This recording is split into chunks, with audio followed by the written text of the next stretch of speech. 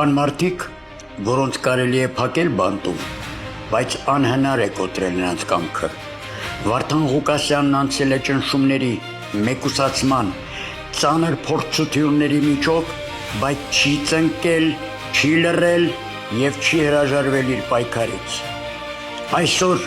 100,000-ավոր մարդիկ նրա մեջ տեսնում են ոչ միայն քաղաքական գործչի, այլ մարդու, ով պատրաստ է պայքարել Հայաստանի համար։ Վարդան Ղուկասյանի առաջնորդությամբ վերադարձնելու ենք հայությունից հարկադրաբար խլված արժանապատվությունը, վերածնելու ենք ազգային ոգին և կառուցելու ենք արդար արժանապատիվ պետություն։ Ընտրությունների գնում ենք միասին, հաղթում ենք միասին։ Ընտրում ենք Դոկ կուսակցությանը, թվյաթերթիկ համար 15։ Ողջույն Փակ TV հարգելի հետևորդներ, այսօրվա իմ հյուրն է Դոկ կուսակցության պատգամավորի թեկնածու Աննա Ղուկասյանը, իսկ դուք չմոռանաք բաժանորդագրվել Փակ TV-ի ալիքին։ Բարև ձեզ, Տիկին Ղուկասյան, շնորհակալ եմ հրավերս ընդունելու համար։ Նմանապես ես եմ շնորհակալ։ Տիկին Ղուկասյան, ինչու որոշեցիք մասնակցել ընտրության։ Տեսեք, ընդհանրապես որպես կանոն հիմնականում ինչու է տեղի ունենում պայքար իշխանությունների դեմ։ Հիմնականում այդ պայքարը ձևավորվում է իշխանության եւ իշխանության տրված վստահության տապալման կամ ձախողման արդյունքում եւ թե 44 օրյա պատերազմից հետո թե 2021 թվականի ընտրություններից հետո մենք հասկացանք, որ այո, այս իշխանությունը համաժողովրդական այդ վստահության ձախողմանն է հասել եւ 44 օրյա պատերազմից հետո այդ համատարած հայ ժողովրդի համատարած հիասթափությունը եւ այն բոլոր գործընթացները սկսած Արցախի հանձնումից վերջացրած Հայաստանի Հանրապետության ինքնիշխան տարածքի գնալով փոքրացումից, գնալով նոսրացումից եւ ինչպես նաեւ ամենակարևորը Հայաստանի Հանրապետության հեղինակազրկումից միջազգային հատվածներում, միջազգայնացիաներում մենք հասկանում ենք, այսինքն ամեն գիտակից հայ հասկանում է, որ ինքը պարտավորված է զգում մտնել այս պայքարի մեջ եւ առհասարակ երբ խոսում ենք պայքարի մասին, ես կուզեի փոքր-ինչ նաեւ քանի որ հնարավորություն կա խոսելու, փոքրիչ ներկայացնեմ պայքարի մասով, որտեղից է գալիս իմ, որպես Աննա Ղուկասյանի պայքարը, ի հեճուկս այն բոլոր, այսպես ասած, անձանց, ովքեր փորձում են այս կամ այն քաղաքական ուժի, ինչպես նաև մեր քաղաքական ուժի, Դոկ կուսակցության, պատգամավորության թեկնածուներին, այսպես առանց նրանց անցած ուղին ճանաչելու, պահարակելու գործընթաց սկսել կամ անել,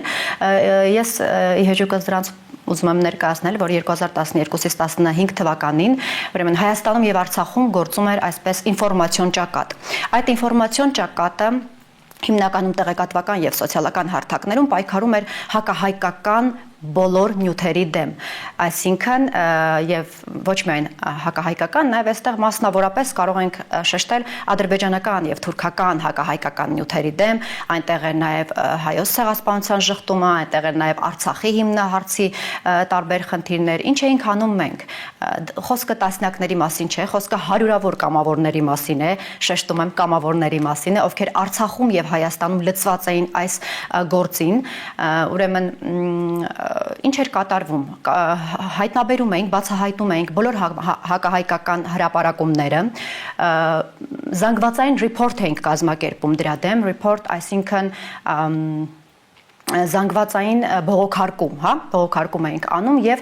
փակել էինք տալիս բոլոր այն կեղծ էջերը, բոլոր այն կեղծ տեղեկատվությունը, որը իդեպ տարածվում էր նաեւ ադրբեջանական, կարելի ասել, պաշտոնական հարթակներում։ Այո, այդպեսի դեպքեր ենք ունեցել եւ այսպես զանգվածային ռեպորտների արդյունքում մենք ունենում էինք բավականին լավ հաջողություններ եւ շատ հակահայկական նյութեր պարզապես անհետանում էին տեղեկատվական տիրույթից։ Եվ նաեւ ուզում եմ ասել, ինչպես տեսնում ենք այսօր ինֆորմացիոն ճակատից համահայկական ճակատ գրեթե բան չի փոխվել իմ կյանքում, պայքարս նույնն է։ Ես ուզում եմ տեսնել նորից Հայաստանի Հանրապետության հեղինակության բարձրացումը, ես ուզում եմ տեսնել որպես պահեստազորի զինվորական, ուզում եմ տեսնել հայ սպայի պատիվը նորից բարձր, ես ուզում եմ տեսնել հայոց բանակը նորից մարտունակ, ինչպես տարածաշրջանում մենք եղել ենք ամենամարտունակ բանակը։ Հիմնականում պայքարն է, որ ես միացել եմ ուրեմն այս գործին եւ գնում եմ այս ճանապարհով։ Տիկին Ղուկասյան,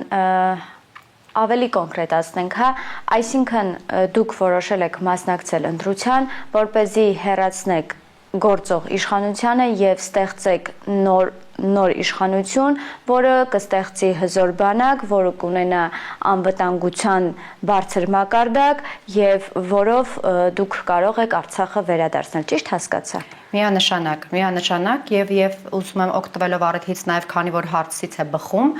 ասել, որ համահայկական ճակատ կուսակցությունը իդեմս մեզ պահեստազորի զինվորականներից ինչու է միացել է, հա, դեմոկրատիա օրենք կարգապահություն կուսակցությանը այս պայքարի շրջանակներում, որովհետև այո, պահեստազորային սպաների եւ զինվորականների նպատակն է, որպեսզի իշխանության գան ռազմական եւ զինվորական ուղի անցած գործիչներ, ովքեր շատ լավ գիտեն Հայաստանի պետականության կարևորությունը, Հայաստանի ինքնիշխան ամեն թիզ հողակտորի, այսպես ասեմ, հայկական տարածքների կարևորությունը եւ նրանց նշանակությունը եւ ոչ մի թիզականությունը, հա, նաեւ զինվորականների մեջ նաեւ ոչ մի թիզականությունը կա, որը նաեւ այո, այստեղ գործում է եւ մենք գնալու ենք այդ ճանապարհով, որպեսզի եւ իշխանափոխություն լինի եւ զինվորականներով համալրված պետական կառույցներ լինեն եւ այո դոկուսակցիան նախընտրական ծրագրերի մեջ կա Արցախի վերադարձը շատ բարդ ճանապարհ է, այն իրենից ներառում է, իր մեջ ներառում է դիվանագիտական ճանապարհը, այն իր մեջ ներառում է բավականին այսպես մի քիչ ավելի խորագետ մասնագետների միասնական աշխատանք է պետք եւ կարծում եմ ժամանակ կգա ժամանակ, որ մենք նաև այս հարցին էլ իհարկե կհասնենք նաև այս նպատակին։ Մի քիչ ուղիները շատ դժվար է բացատրել, որովհետև ինքներդ եք հասկանում, թե մենք այս կորստից հետո ինչքան մեծ ահռելի աշխատանք ունենք կատարելու։ Տիկին Ղուկասյան, հանրությանը հետաքրքրում է համահայկական ճակատ կուսակցությունը ինչու միացավ դոկ կուսակցությանը եւ նաեւ քննադատություններ են հնչում Ձեզ ինչու՞ չէ նաև դոկ կուսակցությանը, ինչու դոկ կուսակցությունը ընդունեց համահայկական ճակատ կուսակցությանը, ինչու համահայկական ճակատ կուսակցությունը միացավ դոկ կուսակցությանը, այս առումով ինչ կասեք։ Եվ հանրությանը նաև հետաքրքրում է ով է ձեր վարչապետի տեխնացուն, ով է դոկ կուսակցության վարչապետի տեխնացուն, որովհետև շատերը կարծում են, որ եթե Վարդան Ղուկասյանը այստեղ չէ, ուրեմն նա իր տեխնացությունը չի դրել, նաև սա էլ ասենք, հա, հանրությանը։ Այո, շնորհակալ եմ հարցի համար։ Ես ինքս տեղեկատվական դաշտում տեսնում եմ ուսումնասիրությունների ամենօրյա արդյունքում, տեսնում եմ, որ այս հարցը այո շատերին հետաքրքիր է։ Տեսեք, նախ սկսեմ այն բանից, թե ինչու համահայկական ճակատ կուսակցությունը այս միասնական պայքարը սկսեց հենց դոկ կուսակցության հետ։ Նախ ամենակարևոր նպատակը, որ դոկ եւ ՀՃԿ, հա, կուսակցությունների համընկնում է նպատակները, ոչ նախկինների հետ, ոչ ներկայ իշխանության հետ որևէ բանակցության, որևէ համատեղ ճանապարհ ուղի չի լինելու։ Ամենաառաջինը սա է։ Երկրորդ, այն ամենակարևոր ֆիշկան, որ ուզում եմ նորից հիշեցնել մեր հանրությանը, դա զինվորականների առկայությունն է։ Եթե հիմա արդեն քիչ-քիչ սկսեն ուսումնասիրել դեմոկրատիա օրենք կարգապահություն կուսակցության падգամավորության տեխնացուների այսպես առաջինից մինչև 80+, հա, բոլորի կենսագրությունը, պարզ կդառնա, որ մեծամասնությամբ զինված ուժերի, պահեստազորի եւ ոչ միայն զինված ուժերի, ինչու միայն զինված ուժերի, նաեւ ոստիկանության եւ այլ, հա, այդպես ուժային կառույցների պահեստազորի զինվորականներ են։ Եվ սա շատ կարեւոր է, որովհետեւ Վարդան Ղուկասյանն էլ ինքը պահեստազորի սպա է եւ որքանով ես տեղյակ եմ եւ այն գործող սպաների տարբեր ուժային կառույցներից, որ իմ հետ անմայնորվա կապի մեջ են, խոսում են եւ իրենք պատմում են Վարդան Ղուկասյանի անցածուղու մասին ծառայության տարիների եւ շատերը ասում են, որ նա այնպեսի սպա է եղել, որ նույնիսկ իր կողքի իր հետ ծառայող սպաներն են ինչ որտեղ զգաստացել իր ներկայությամբ, որտեղ շատ կարգապահության, դիսցիպլինայի եւ այսպես ասած ուստավով ծառայող եղել, դրա ջատագովն է եղել կարգապահության, բարձր կարգապահությամբ։ Եվ այս մասին գրեթե ոչ մեկ չի խոսում։ Ես կուզեի, որ այս մասին էլ խոսենք, այո, բարձրացնենք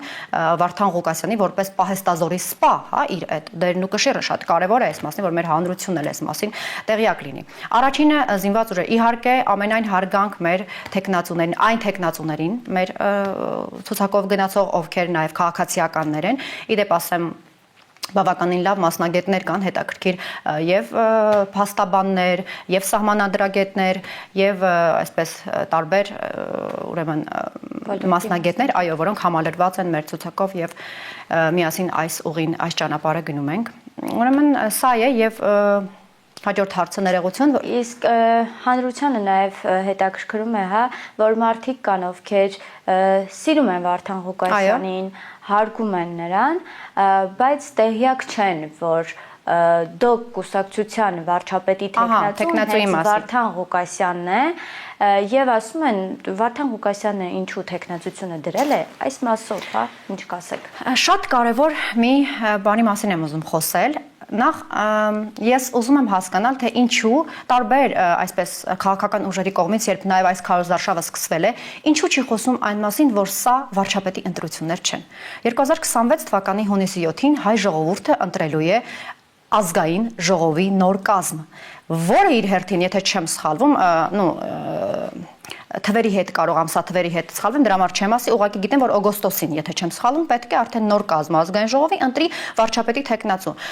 Դեմոկրատիա, օրենք, կարգապահություն կուսակցությունը սկզբից եւ այդ իր բոլոր եւ հարցազրույցներում մեր պատասխանատուները, ներկայացուցիչները եւ ներկայացված փաստաթղթերում ամենտեղ մենք խոսում ենք այն մասին, որ դոկ կուսակցության վարչապետի տեխնացուն Վարդան Ղուկասյանն է եւ հետեւաբար մենք հենց այս ուղերձով, այս նշանաբանով եւ այս նպատակով էլ առաջ են գնալու եւ պայքարելու ենք։ Դե հետագայում իհարկե որ ազգային ժողովի նոր կազմը ընտրվի, այդ ժամանակ արդեն կարծում եմ որոշակի նաեւ կարևոր փոփոխություններ տեղի կունենան, որի արդյունքում մենք կարող ենք Հայաստան վերադարձնել Վարդան Ղուկասյանին։ Սա գործընթացներ են, որոնք արդեն պետք է տեղի ունենան ազգային ժողովի ընտրություններից հետո։ Շատ կարևոր է որ մեր հանրությունը հասկանա այն հանրությունը, այն ուրեմն մասը հայ ժողովրդի, որ հստակ գիտի, որ իր վարչապետի տեխնացուն Վարդան Ղուկասյանն է, ուրեմն այդ մարդիկ պետք է տեղյակ լինել։ Եթե դոկ կուսակցությունը համար 15-ը չլինի առաջինների շարքում ազգային ժողովում, մեր մնացած նպատակները Վարդան Ղուկասյանին նաև այս ապօրինի եւ շինծու կալանքը վերացնելու եւ Հայաստան վերադարձնելու մեկը մեկից կախված են։ Այս է հարցը, հետեւաբար ազգային ժողովի ընտրություններից հետո նոր արդեն վարչապետի տեխնացուի հարցն է բարձրանալու։ Տիկին Ղուկասյան, նաև խոսենք այն մասին, որ ինչու պիտի ժողովուրդը ընտրի հենց ձեզ, ինչու պիտի վստահի դոկ կուսակցությանը։ Տեսեք, վստահության առումով, օրինակ ես կուզեի վստահությունը հայ ժողովրդի, այսօր շատ խոսում են իրար հետ, մի փոքր կապել այսօր տեղի ունեցող քարոզարշավի հետ։ Տարբեր քաղաքական ուժեր իրականացնում են քարոզչություն, հա, քաղաքից քաղաք, համայնքից համայնք, փողոցից փողոց, բակից բակ շրջելով եւ ներկայացնելով իրենց ծրագրերը։ Այդ ծրագրերը ներկայացնում են նաեւ ազգային ժողովի գործող 3 ֆրակցիաները,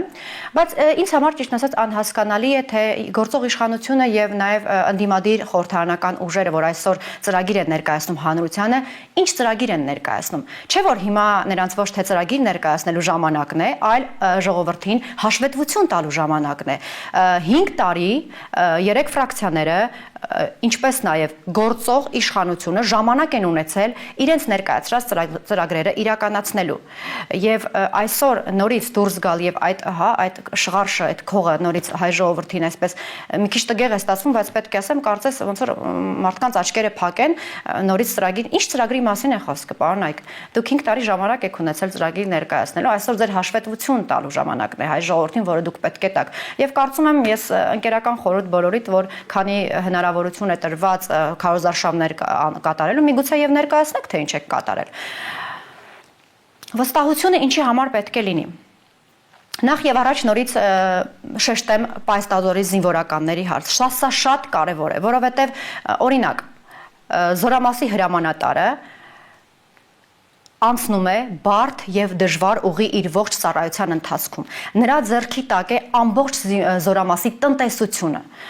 Կներեք կոպիտ է հնչում, բայց ասեմ, այն կոյուղաջրերից սկսած, մինչև չգիտեմ, խնդիրներից դրանց սկսած, ջրի խնդրից սկսած, մինչև տնտեսություն զորամասի, ամբողջը կարելի ասել տվյալ զորամասի ուսերին է, զորամասի հրամանատարի ուսերին է։ Հետևաբար, այո, ջոկատ, բրիգադ եւ զորամաս հրամանատարած անձը, այո, պետք է լինի այսօր պետական կառույցում որպես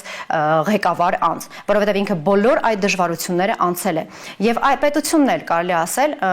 եթե համատական դնենք, մի զորամասի պես մի բան է, որ ունի իր տնտեսությունը, իր կառույցները, որոնք պետք է ղեկավարվի։ Եվ մի շատ բան կա զինվորականների մոտ, ընդհանրապես այն անձը, որ երբևիցե հրամանատար է եղել,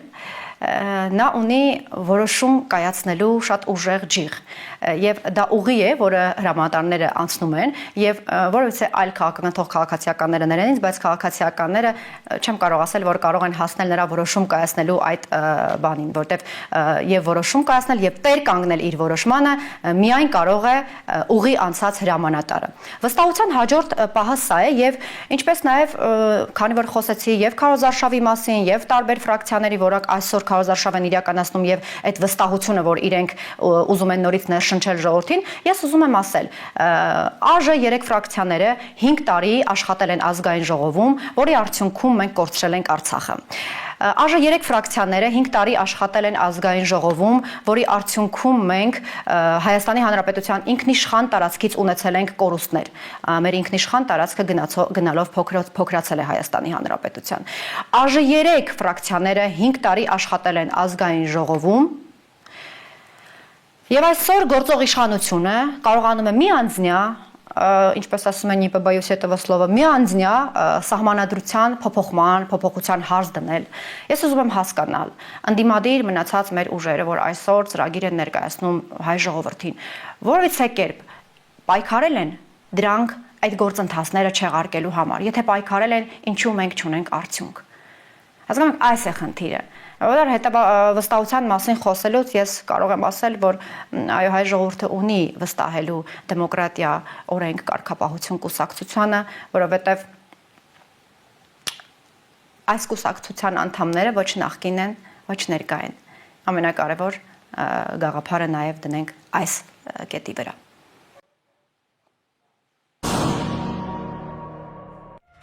Կան մարդիկ, որոնց կարելի է փակել բանտում, բայց անհնար է կոտրել նրանց կամքը։ Վարդան Ղուկասյանն անցել է ճնշումների, մեկուսացման, ծանր փորձությունների միջով, բայց չի ծնկել, չի լռել եւ չի հրաժարվել իր պայքարից։ Այսօր 100 հազարավոր մարդիկ նրա մեջ տեսնում են ոչ միայն քաղաքական գործի, այլ մարդու, ով պատրաստ է պայքարել Հայաստանի համար։ Վարդան Ղուկասյանի առաջնորդությամբ վերադարձնելու ենք հայությունից հարկադրաբար խլված արժանապատվությունը, վերածնելու ենք ազգային ոգին եւ կառուցելու ենք արդար արժանապատիվ պետություն։ Ընտրությունների գնում ենք միասին, հաղթում ենք միասին։ Ընտրում ենք դոկ կուսակցությանը, թվյաթերթիկ համար 15։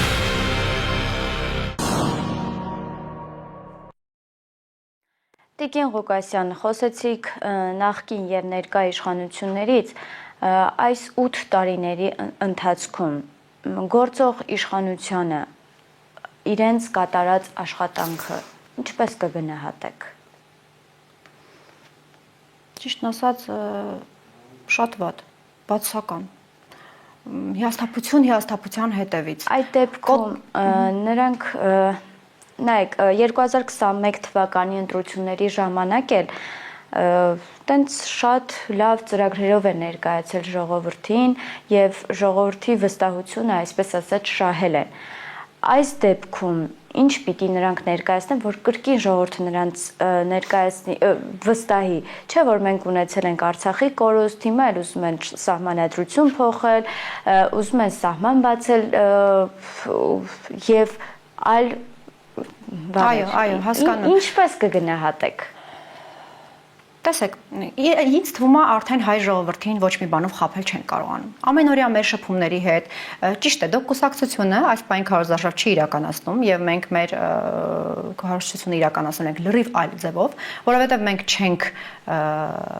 ուզում, որպեսզի այս խապկանքը քարոզչության քողի տակ, որ կատարվում է հիմա փողոցներում, մենք էլ մտնենք այդ խաղի մեջ, ոչ, մենք խաղի մեջ չենք մտնելու։ Մենք ամենօրյա շփումների հետ ենք մարդկանց հետ տարբեր ձևերով եւ տեղեկատվական դաշտում եւ իրական կյանքում եւ շրջաններում մենք մեր հայ ժողովրդի հետ հանրության հետ կապի մեջ մենք հասկանում ենք որ այս ժողովրդին էլ ոչնչով խաբել չեն կարող հիմա ինչ է անում գործող իշխանությունը Նիկոլ Փաշինյանը նորից այսպես գործի է դրել իր կարևոր առանձնահատկությունը որ ինքը ունի կարևոր ջիղը խոսափողով մեքենայի վրայից բարձր գոռալով եւ դրանով իսկ այդ քաղաքական տեխնոլոգիաներ կան, չէ՞ որ այդ քաղաքական տեխնոլոգիաների հաշվին փորձում են ներազդել եւ ազդեցություն ունենալ նաեւ ժողովրդի վրա, բայց մենք նաեւ տիկներ ցույց տալով, գոռալով որ ես ձեզ սիրում եմ, նորից կրկնելով որ դուք ամենդ վարչապետ եք, մի 40 անգամ ասելով, բան չի փոխվել մարդկանց մոտ։ Նույն թեզը խափելու ստերի միջոցով եւ սրանք քաղաքական տեխնոլոգիաներ են որ մենք նաև մեր էջերում, հա, մեր տեխնացուները, մեր մասնակիցները, հա, դոկուսակցության եւ նաև ներկայացուցիչները անընդհատ մեր ժողովրդի հետ խոսում ենք այս մասին, հանրության հետ, մեր ընտրազանգվածի հետ խոսում ենք այս մասին, որ այո, կան քաղաքական տեխնոլոգիաներ, որը այս կամ այն ուժի մոտ երբեք չի փոխվում։ Իշխանության, գործող իշխանության մոտ եւս չի փոխվել եւ տեսեք, 44 օրյա պատերազմից հետո, նորից այս հիասթափությունից հետո, հա, համատարած հայ ժողովրդի հիասթափությունից հետո նրանք կարծում են թե այդ անպագոր գոր բացականչություններով վարչապետը դուք բոլորդ վարչապետ եք սիրում եմ ձեզ հպարտանում եմ ձեզանով խոնարհվում եմ ձեր առջև այս լոզունգներով կարելի է խաբել ժողովրդին ես կարծում եմ որ սա արդեն չի ստացվի եւ ես կարծում եմ որ նոր ուժ է պետք նոր ուժ որը գալիս է նոր բան առաջարկելու Եվ եթե հայ ժողովուրդը մենք տեսնելով նաև բազմահազար օկտատերերի իդեպ ասեմ որպես մասնագետ ոչ կեղծ օկտատերերի, այլ ուսումնասիրությունների արդյունքում հստակ օկտատերեր են, այսինքն ոչ կեղծ պրոֆիլներով են մարդիկ միանում եւ իրենց աջակցությունը եւ սատարումը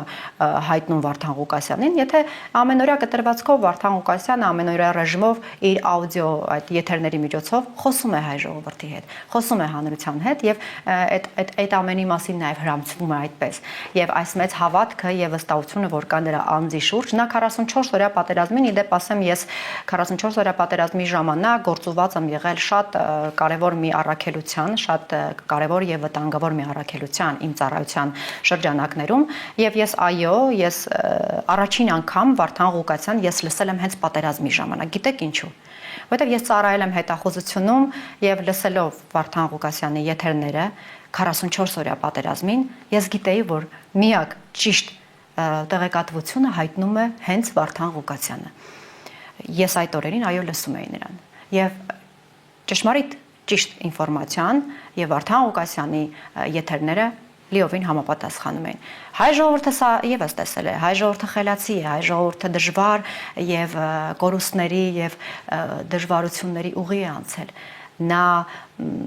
այսօր գիտի թե ով է։ Ուղղակի հայ ժողովրդին շատ ժամանակ նաև խոսքի իրավունք չեն տալիս, շատերին թվում է թե այսպես կարող են խափելով եւ կեղծիքներով նորից տանել բերել նույն իրավիճակին, ինչը որ այս վերջին 30 եւ այս վերջին 8 տարիների ընթացքում մենք այն ամեն ինչ ունենք տեսնում ենք ցավոք սրտի, բայց չի ստացվելու։ Տիկին Ղուկասյան, հիմա էլ գործող իշխանությունը վարչապետ Նիկոլ Փաշինյանը Ազգային ժողովի ամբիոններից լրագրողների հետ ճեպազրույցների ժամանակ ասում է, որ եթե քաղաքացիական պայմանագիր կուսակցությունը չընտրվի եւ կոնկրետ ամիսն է նշում, սեպտեմբերին սկսվելու է պատերազմ։ Ինչու է նա այդքան վստահ, թե կա որևիցե պայմանավորվածություն։ Մեր հանրությանը ուզում եմ նաև իրազեկման կարգով իրազեկել, որ հայտնի է, որ սիմվոլիկաներով սիրում է խոսել եւ գործել Ադրբեջանը։ Մենք մեկ անգամ չէ, որ դրանում համոզվել ենք։ Եվ Ադրբեջանի բնականաբար եւ Ալիևի սիրելի տեխնացուն դա մեկ անգամ չէ, որ իրենք ասում են, ինչպես նաեւ բարձր ամբիոններից են եւ իրենց խոսափողների տարբեր միջոցով արտահայտում են, որ այո, իրենք աջակցում եւ սատարում են Նիկոլ Փաշինյանին, Հայաստանի Հանրապետության հակառակորդ պետությունը սատարում է Նիկոլ Փաշինյանին։ Եվ բնականաբար Նիկոլ Փաշինյանը եւս խոսելու է այդ սիմվոլիկաների լեզվով, չէ՞ որ նա պետք է ուգադիտանի, ինչպես են ասում, այո, գոհացնի Ալիևին եւ բնականաբար այն ամենը, ինչ Ալիևի սրտով է, Նիկոլ Փաշինյանը հրամցնելու է հայ ժողովրդին։ Ես էլ ուզում եմ ասել, որպես զինված ուժերի պահեստազորի զինվորականներ, մարդ, ով ծառայել է, խոսքի մասին է, հատուկ նշանակության բրիգադում, մարդ, ով Արցախից մինչև Հայաստանի Հանրապետության սուվերեն տարածք կատարել է սահմանների պաշտպանություն։